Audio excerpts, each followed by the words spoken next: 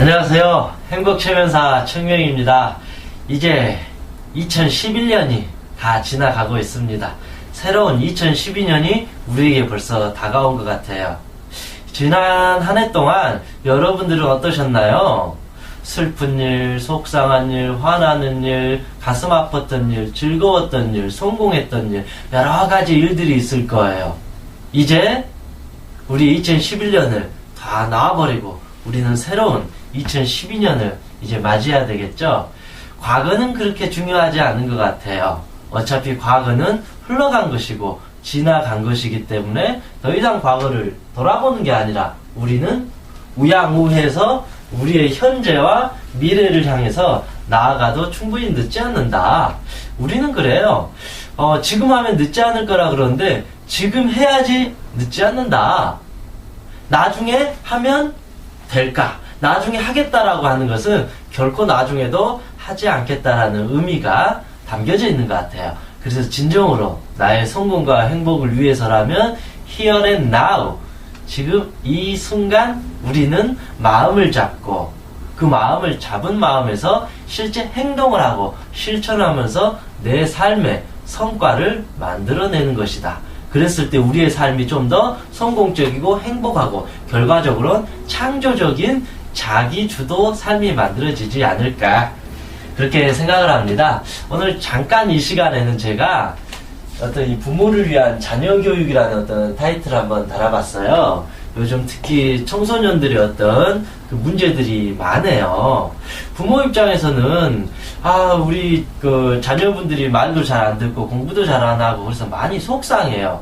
더구나 청소년들 입장에서는 매일 공부해야 되고 그 대입 스트레스 때문에 하루도 쉴 틈도 없고 놀러 가지도 못한 그런 어떤 공부에 어떤 학업에 대한 압박을 받다 보니까 좀 나도 살고 싶고 나도 쉬고 싶다 보니까 일탈 행위를 하게 되는데, 이게 어디서부터 문제가 됐고 특히 부모 입장에서 당신의 자녀를 바라볼 때 어떻게 바라봐야 될지 그 부분을 좌우 간단하게 한번 세 가지 주제를 가지고 이야기해 보겠습니다. 물론 제가 이렇게 말씀드리는 말이 정답도 아니고요. 그냥 제 개인적으로 이렇게 하면 훨씬 부모인 나도 행복할 것이고 자녀인 저 친구도 틀림없이 자기의 삶을 행복하게 살아가지 않을까 간단하게 한번 설명을 드려보겠습니다. 첫 번째 타이틀을 달았는데 좀 그렇죠? 부모는 신이다. 저는 부모를 신이라고 생각해요. 이거는 종교적인 관점을 떠나서 부모는 신이 맞잖아요. 왜냐하면 부모가 나를 낳아주셨어요. 엄마가 나를 낳아주셨어요. 아버지를 통해서 엄마가 나를 낳아주셨어요. 그래서 엄마 아빠는 나를 창조시키는, 나를 지금 이 순간에 있게 해주는 창조주다. 쉽게 말하면 그래서 부모가 신이라는 거예요. 그래서 부모를 우리가 섬길 때는 신같이 대해야 된다.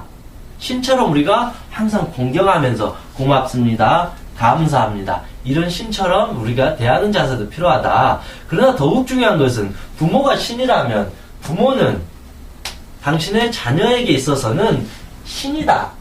그러면 당신의 어떤 영향력은 절대적이다. 참 재미있는 문제예요. 그래서 부모가 신이라는 것은 당신의 자녀는 당신이 가르쳐 주는 대로 한다. 신이 알려주는 대로 당신의 자녀는 살아가게 된다. 당신의 자녀가 지금 말도 안 듣고 공부도 안 하고 뭔가 문제 있다면 신이라는 부모가 그렇게 가르쳐 주었다. 왜냐하면 우리 아이들이 누구를 보고 배워요? 원래 동물들도 그런다 그러잖아요.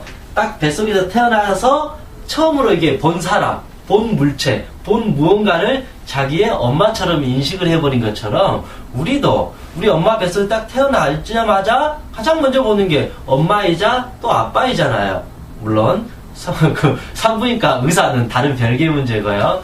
우리의 부모를 제일 먼저 보게 되고 부모를 통해서 사랑을 받게 되고 부모를 통해서 교육을 받게 되고 부모의 품속에 있으면서 평온함과 안정감을 느낀다. 그래서 부모가 모든 것을 결국은 가르쳐 주게 된다. 왜냐하면 부모는 신이고 내가 최초에 만난 사람이고 가장 오랜 시간 동안 인연을 갖고 가는 사람이다. 그래서 두 번째 문제를 보게 되면 자녀의 문제는 결국은 나의 문제가 되게 된다.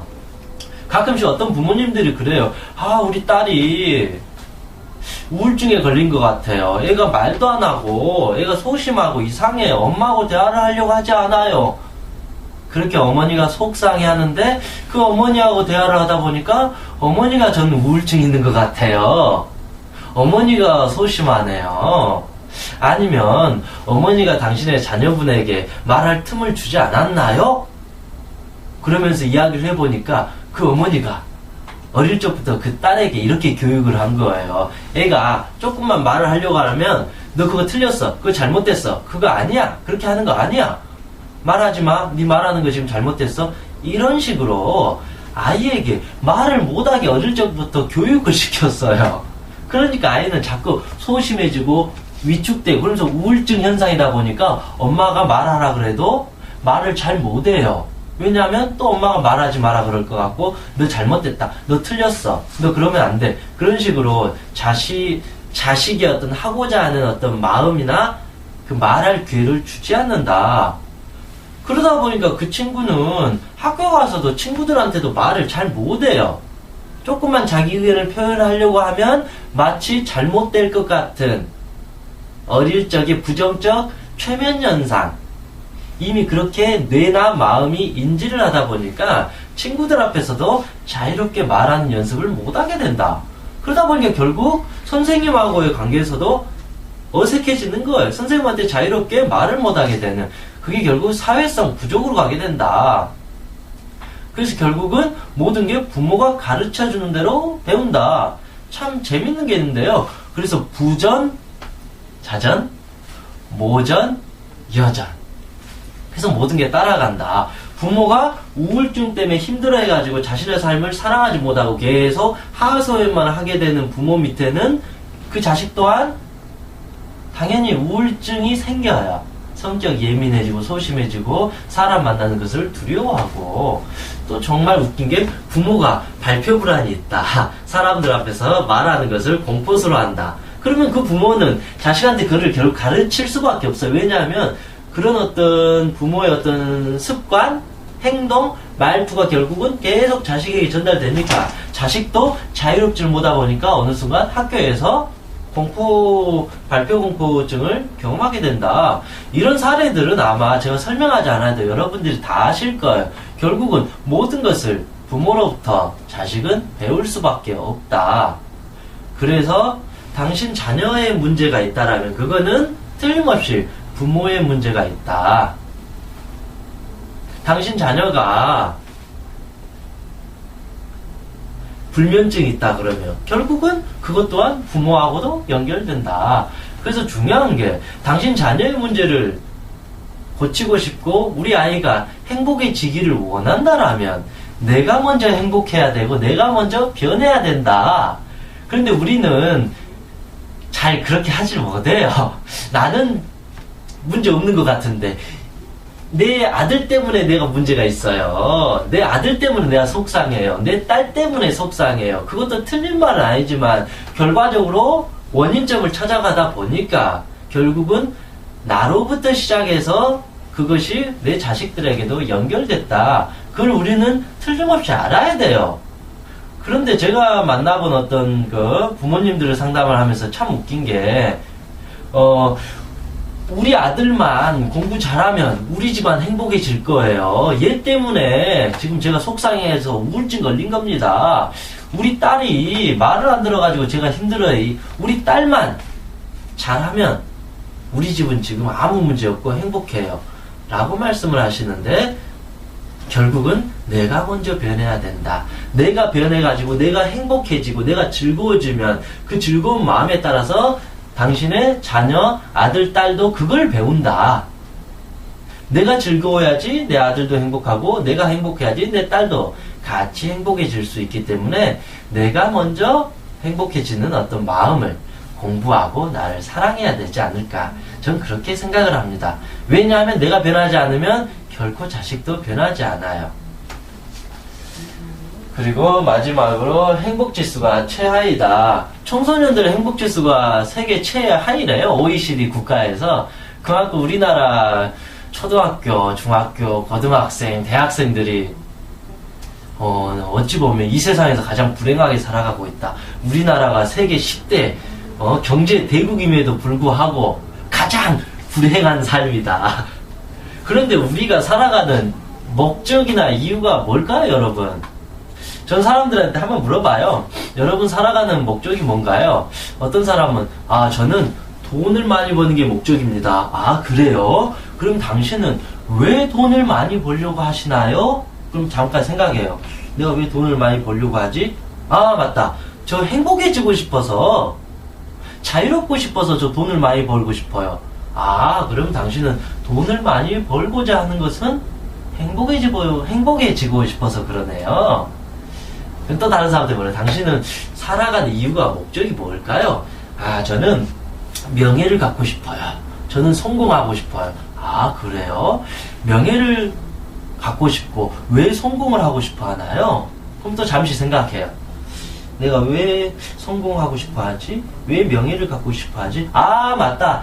사실은 저는 행복해지고 싶어서 그래요. 왜냐면 명예가 이렇게 있으면 제 삶도 풍족해지고 제가 그만큼 열심히 살았다는 것을 남한테 보여줄 수도 있고 제 자신도 똑똑할 수 있을 것 같고 그러면 저는 정말 행복할 것 같아요. 그러면 당신도 명예나 성공을 위한 것이 결과적으로는 행복하기 위한 거네요. 그러면 여러분들의 삶의 목적이 어떤 돈이나 명예나 성공 여기가 아니라 진정으로 행복해지기 위해서 여러분은 살아가는 거네요.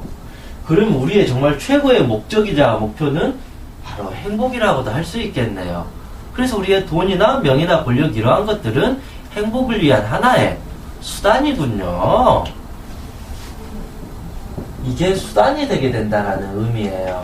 그런데 정말 웃긴 게 요즘에 우리들 사람 같은 경우에는 이 수단 자체가 목적이 딱 돼버려요. 고착화돼요. 더 이상의 행복에 대한 어떤 관념을 잘 생각하지 않아요. 그래서 내가 돈이 없으면 나는 패배자야.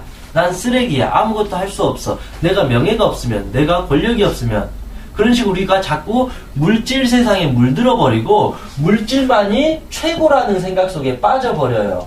그런데 저는 말할 수 있어요. 여러분들이 진짜 살아가는 목적이 무엇인가라고 제가 계속 물어보면 결국은 여러분은 행복하기 위해서 살아갑니다라는 말을 할 수밖에 없어요.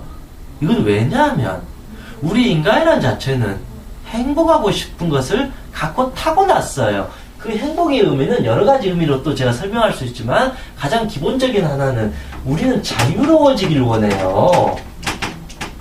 돈을 많이 벌고 싶은 것은 돈에서 자유로워지길 원하는 거고 공부를 우리가 잘해서 명예를 얻고 싶은 것은 남한테 지시받고 명령받는 것으로부터 자유로워지길 위해서잖아요. 그래서 우리가 모든 것을 이 행복하기 위한 거고 즉 행복이라는 것은 진정한 자유다. 사람은 구속할 때 가장 고통스럽고 가장 힘들어한다. 잠깐 좀 제가 멀리 갔네요. 다시 한번 돌아와서 그래서 어떤 부모 입장에서 나도 행복해지고 부모는 자식에게 정말 바라는 게 하나 있다라면 너는 정말 행복했으면 좋겠다. 너는 행복하게 살아야 된다. 그게 맞잖아요. 당신의 자녀가 매일 슬프게 울고 불안해하고 두려워해야 되고